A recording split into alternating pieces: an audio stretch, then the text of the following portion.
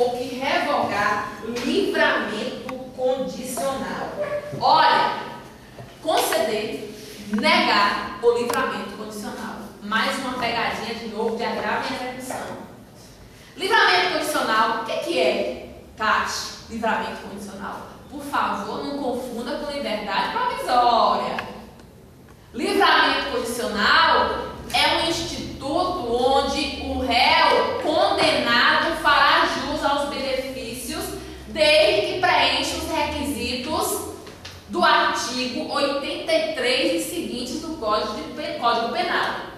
Se ele preencher os requisitos do artigo 82, 83 e seguintes, salvo engano, tá? Ele fará jus ao livramento condicional, porque efetivamente ele já foi condenado. Aí ele vai cumprir parte da pena, dependendo do tipo de crime que ele praticou, e fará jus ao livramento condicional. Eu estou falando de fase pós-processual. Se eu estou falando de fase pós-processual de execução de pena, cabe agravo em execução ao próprio juiz da execução da pena. Então, cabe agravo em execução ao próprio juiz da execução da pena, o juízo da execução penal. Cabe agravo em execução. Portanto, apesar de estar aqui, fique atento. E aí eu coloquei de novo aquele mesmo asterisco. Depende da fase. Depende da fase por quê? Porque livramento condicional, como eu falei, é possível que você enxergue na hipótese onde o sujeito já teve pena efetivamente prevista na sentença condenatória. Só que você pode ter situações onde o réu ele seja preso cautelarmente. Já ouviu falar em execução provisória? Sim ou não? O que é, Kátia, execução provisória? A execução provisória é exatamente naquela hipótese onde o sujeito ele não foi efetivamente sentenciado pelo juiz de direito, porque não há uma efetiva condenação, mas ele já está preso cautelarmente. Vamos imaginar situações óbvias que acontecem principalmente no Brasil, né? Sujeito, ele é preso em flagrante, a prisão dele é convertida em preventiva, o processo demora uma vida para ser julgado, coitado, não tem nem defensor público para poder ir a defendê-lo, fica lá 7 anos preso, de repente ele é sentenciado a 7 anos ou a 8 anos. Vai ter uma detração da pena, porque ele já cumpriu parte da pena cautelarmente. E se por acaso foi 7 anos, eu estou falando na ressarcimento de execução provisória, ou seja, ele já teria direito a um livramento condicional se realmente já tivesse tido uma sentença penal condenatória. Mas ele está preso cautelarmente. Se eu estiver falando de uma prisão cautelar, por isso de uma execução provisória, eu não estou falando de processo findo. Eu estou falando de um processo que ainda está no curso e, portanto, não caberia agravo em execução. Porque só cabe agravo em execução quando eu estiver falando de fase pós-processual. Então, mais uma vez, eu vou pedir para vocês anotarem o que eu vou dizer.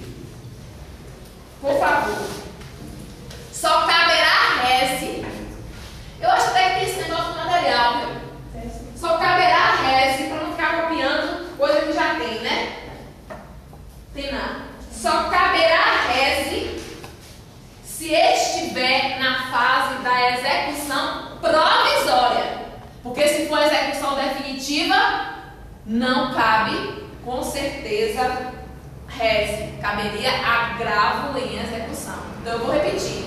Só caberá rese se nós estivermos tratando de fase da execução provisória. Eu não estou falando de pena efetivamente cumprida ou estando em cumprimento de pena depois da sentença condenatória. Eu estou falando de fase executória, onde tem o quê? Uma cautela do Estado, porque o sujeito foi preso preventivamente, por exemplo. Então eu estou falando de pena onde o sujeito está cautelarmente mantido em cárcere privado. É possível se falar em reza? Se pode sim, desde que eu esteja falando de execução provisória.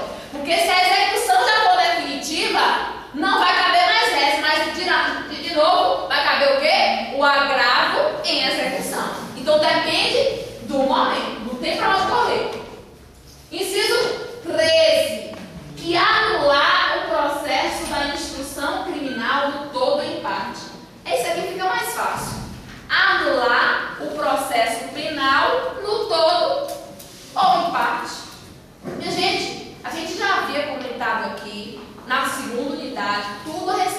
nulidades. E eu disse a você que o processo ele pode ser anulado, tanto absolutamente falando, quanto relativamente falando. Ou seja, a nulidade ele pode ser absoluta, pode ser relativa. E tem situações que anulam realmente todo o processo.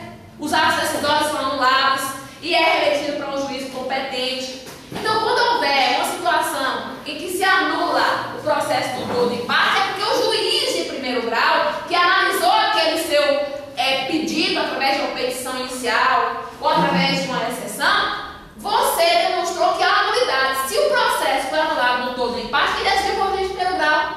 Não foi a segunda instância. Então, você pode impugnar aquela decisão do juiz de primeiro grau. Se você pode impugnar aquela decisão de primeiro grau que foi decidido pelo juiz que anulou o processo no todo ou em parte, você pode recorrer em sentido estrito. Você pode recorrer em sentido estrito. E agora, eu gostaria de fazer um comentário importante. Isso aqui também é outra casca de banana. Quando a gente trabalhou no Tribunal do Júri, eu disse a você que nós tínhamos duas listas que incluía jurados para serem intimados durante o ano inteiro. Ou seja, havendo aqueles requisitos necessários para que eu seja jurado, eu terei que ter 18 anos e ainda ter o quê? Uma idoneidade ilibada, pessoa de reputação ilibada. Esses são os requisitos para que eu seja jurado. São esses requisitos que nós já aprendemos. E eu disse a você que nós teríamos duas listas. Uma lista provisória e uma lista definitiva. A provisória que vai sair no dia 10 de outubro e a definitiva que vai sair no dia 10 de novembro. Se lembram disso? 10 de outubro, 10 de novembro. Então, incluir jurado na lista geral ou desta ou excluir. Veja, se eu tenho uma lista provisória é porque podemos impugnar aquela lista. Se nós enxergarmos, nós verificarmos que aquele jurado não deveria estar participando daquela lista. Porque, de repente, é uma pessoa que não tem a reputação ilibada como o juiz do tribunal, ou o juiz, eu falo tribunal do júri, determinou, imaginou, né? Apesar de ter buscado esses nomes em escolas, em instituições, e você sabe muito bem que a lei diz isso, determina, aquela pessoa tem uma reputação, ó, nota 0. Você, como pessoa do povo, você pode impugnar, como também as partes interessadas têm interesse também de impugnar. Ou seja, nessas hipóteses, você pode recorrer em sentido estrito. Só que você recorre em sentido estrito e o prazo para você interpor o réis não é aquele prazo de 5 dias.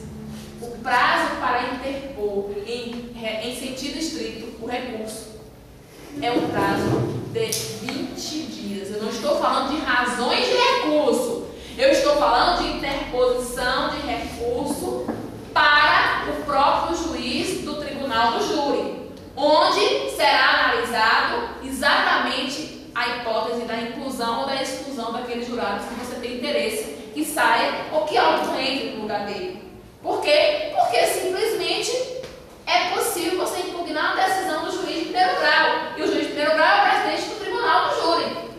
Foi ele que elaborou a lista, foi ele que buscou, juntamente com as pessoas que o ajudam. Mas aquela lista está fixada no fórum. E é uma lista provisória. Por isso que depois ela se torna definitiva, porque tem um prazo para que ela se encontre ali, para eu poder, se quiser, impugná-la. E eu impugno ela através do recurso em sentido estrito. Só que o recurso em sentido estrito não é do prazo de 5 dias. É do prazo de quantos dias? 20. Pegadinha de prova de concurso. Pegadinha de prova de concurso. 20 dias e não 5. Inciso 15. Inciso 15. Que denegar a apelação ou a julgar deserta. Meu Deus do céu. Cati, o processo está lá no final. Não transitou em julgado ainda, porque cabe recurso. Então, olha bem. Eu tenho acesso a uma sentença, por exemplo, condenatória. Eu tenho acesso, por exemplo, a uma sentença condenatória. Como advogada do réu, eu resolvo apelar daquela sentença condenatória.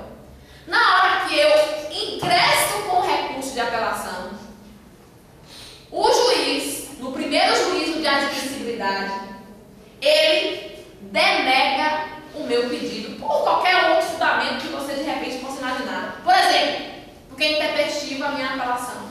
Quando o juiz de primeiro grau ele denega aquele recurso de apelação, quando o juiz de primeiro grau ele denega aquele recurso de apelação, quem tiver interesse, porque acha que não deveria ser denegado, porque não é, por exemplo, intempestivo, poderá recorrer daquela decisão do juiz de primeiro grau e diz assim, ó, vou receber não. Esse recurso de apelação está intempestivo. Estou denegando. Ele não está dando uma decisão interlocutória? A Caixa vai dar no final do processo, mas o processo não acabou ainda. Ele está indeferido o seu pedido pela apelação, porque você tem interesse que o tribunal veja aquela sentença que ele deu. Só que ele falou assim, ó, no primeiro juízo de admissibilidade não passou não, minha amiga. Não vai nem subir para o tribunal. Estou denegando o seu recurso de apelação. Daquela decisão que denega o recurso de apelação, que é uma decisão do juiz de primeiro grau de jurisdição, você pode impugnar. E você impugna como? Impugna por meio do recurso em sentido estrito. Da decisão que denegar a apelação cabe reze, mas também cabe reze da decisão que julgar a apelação deserta. O que é a apelação deserta? Sem preparo, sem o pagamento do que realmente é devido segundo a própria lei. Sem preparo, obviamente não vai passar pelo primeiro juízo de admissibilidade do juiz. O que ele faz? Denega, porque está por falta de preparo.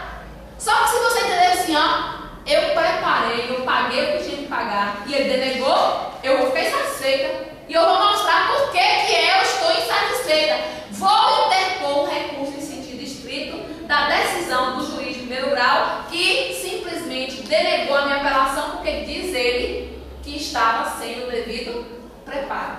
Ficou claro? Então, tanto na decisão que denega a apelação, quanto na decisão que a julgar deserta, cabe recurso em sentido estrito.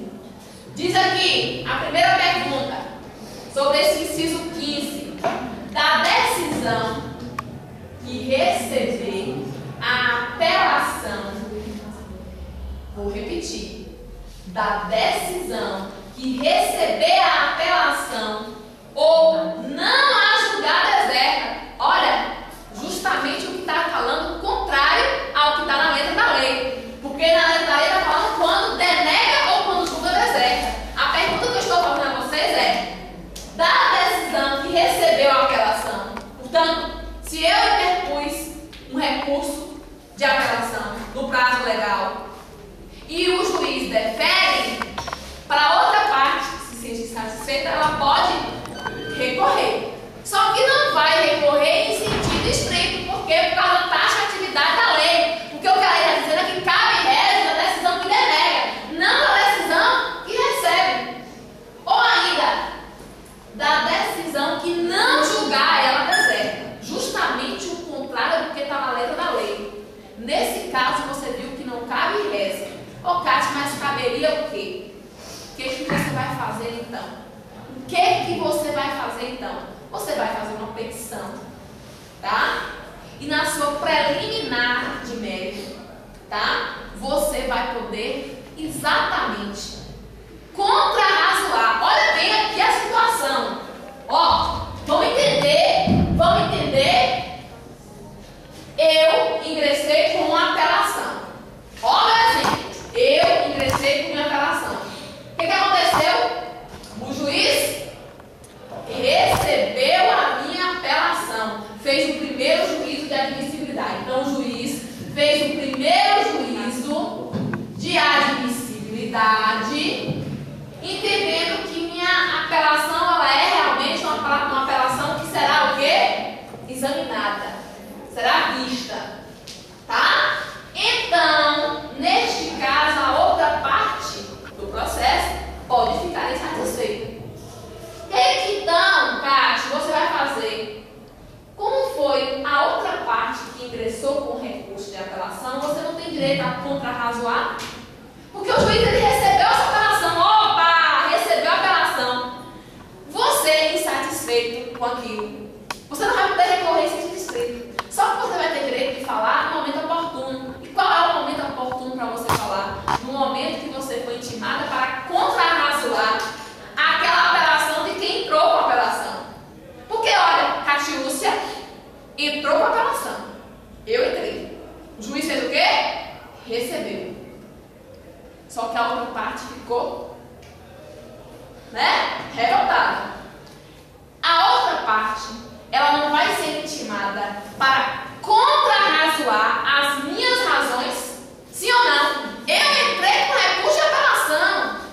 Portanto, eu vou fazer as minhas razões da apelação, fundamentando por que eu estou insatisfeita com a decisão. Logo, a outra parte do processo vai ser intimada. Para quê?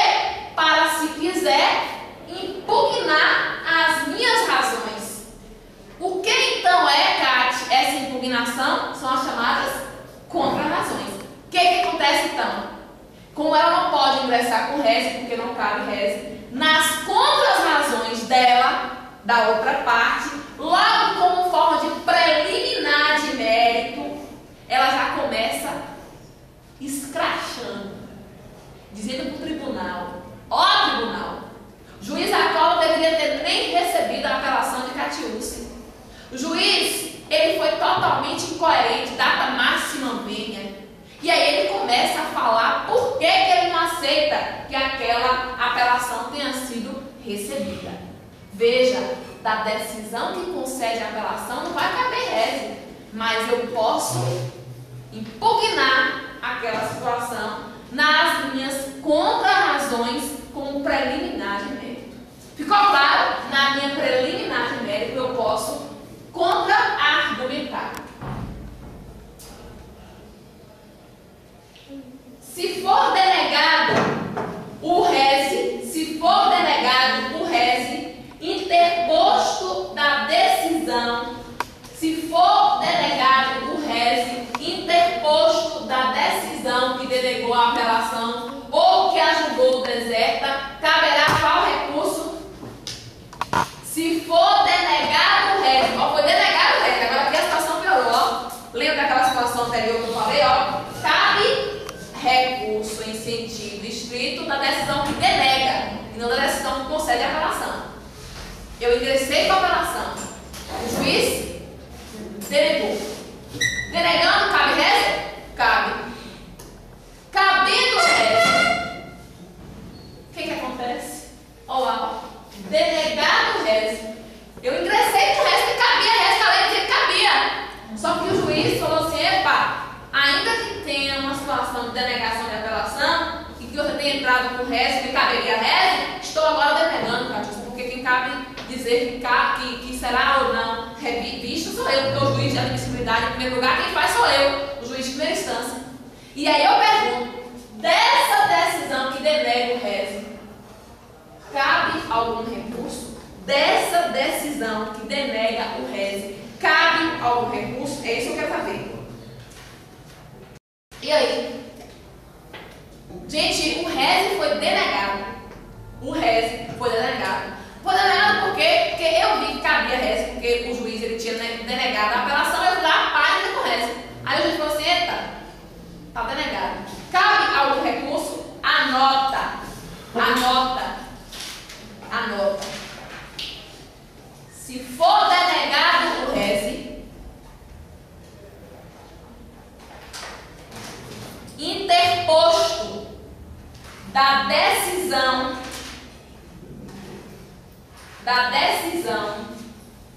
que denegou a apelação, interposto da decisão que denegou a apelação ou que a julgou deserta, caberá carta testemunhável. Caberá carta testemunhável. Abre um parêntese. É um recurso utilizado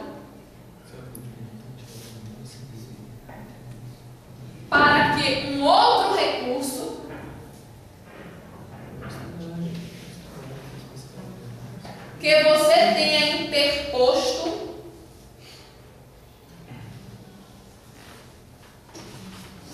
tenha sido inadmitido. Que você tenha interposto tenha sido inadmitido. Fecha parênteses e continua. Ou seja, é uma forma de evitar abuso de juízes. É uma forma de evitar abusos de juízes que impedem que um recurso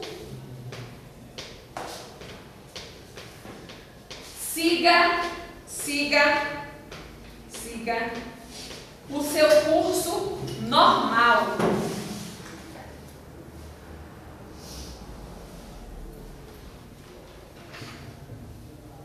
Vírgula.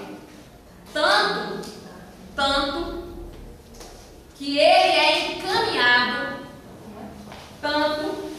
é encaminhado ao escrivão e não ao próprio juiz. Pois foi ele que denegou, né? Então, para evitar, encaminha não ao próprio juiz, mas sim ao escrivão. Gente, vou parar exatamente nesse inciso 16, que seria o próximo. Na semana que vem, nós daremos continuidade à nossa aula de recursos e de distrito. E eu gostaria que vocês, em casa, dessem já uma olhada, para na hora que a gente começar a falar na semana que vem, o que eu for perguntando, vocês podendo responder de forma mais tranquila. Porque tudo que a gente falou hoje, nós vamos, através de várias perguntas,